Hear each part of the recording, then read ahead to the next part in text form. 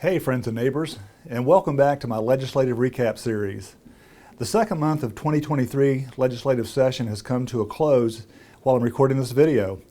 During the month of March, the intensity and variety of actions in the Missouri Senate typically mirror our weather and come in like a lion. However, legislative proceedings rarely go out like a lamb. I'm happy to report two of my proposals have earned the lion's share of senators' votes.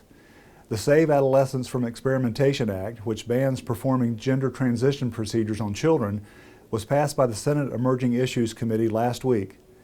I hope to continue the debate for this important bill on the Senate floor soon. Additionally, my Senate Concurrent Resolution 3, which expresses support for actions to end motorcycle profiling, was adopted by the Senate on February 21st and is now making its way through deliberations in the House. I hope this trend will continue when Senate Bill 133 comes up for a vote on the Senate floor. After receiving a preliminary round of approval and being perfected on February 22nd, the next step is a third read roll call vote by the entire Senate body. If passed, Senate Bill 133 will enable expectant parents to claim their unborn child as a deduction when filing their income taxes. Since our state law says life begins at conception, our tax code should follow suit. I believe this proposal aligns with Missouri's pro-life values and will help new families offset the high costs associated with giving birth and preparing for a baby. Speaking of pro-life values, I presented Senate Joint Resolution 19 to the Senate Health and Welfare Committee on February 22nd. Pending voter approval, SJR 19 recognizes that nothing in the Missouri Constitution shall be construed to secure or protect a right to abortion.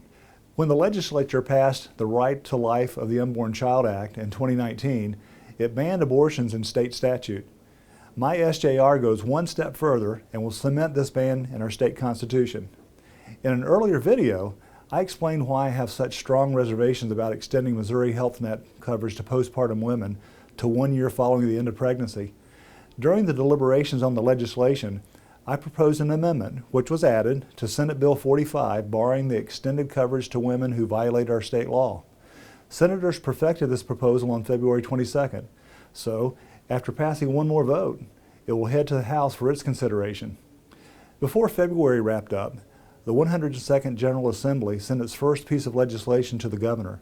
The supplemental budget in House Bill 14 gives our state workers a substantial 8.7 cost of living raise across the board, and provides an extra $2 per hour to employees who work in congregate care facilities. In an unrelated provision, House Bill 14 also appropriates $20 million to the Department of Elementary and Secondary Education to expand its safety programs and purchase new safety equipment.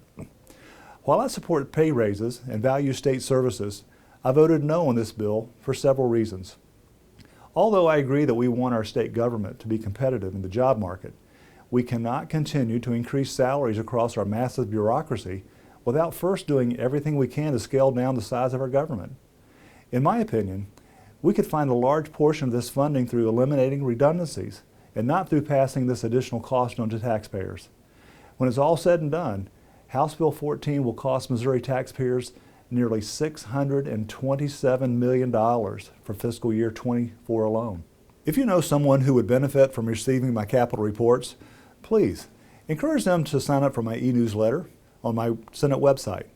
In these detailed reports, I provide an in-depth review of my bills and other legislation of interest. Thanks for joining me today. It's an honor to serve you. Until next time, I'm Senator Mike Moon.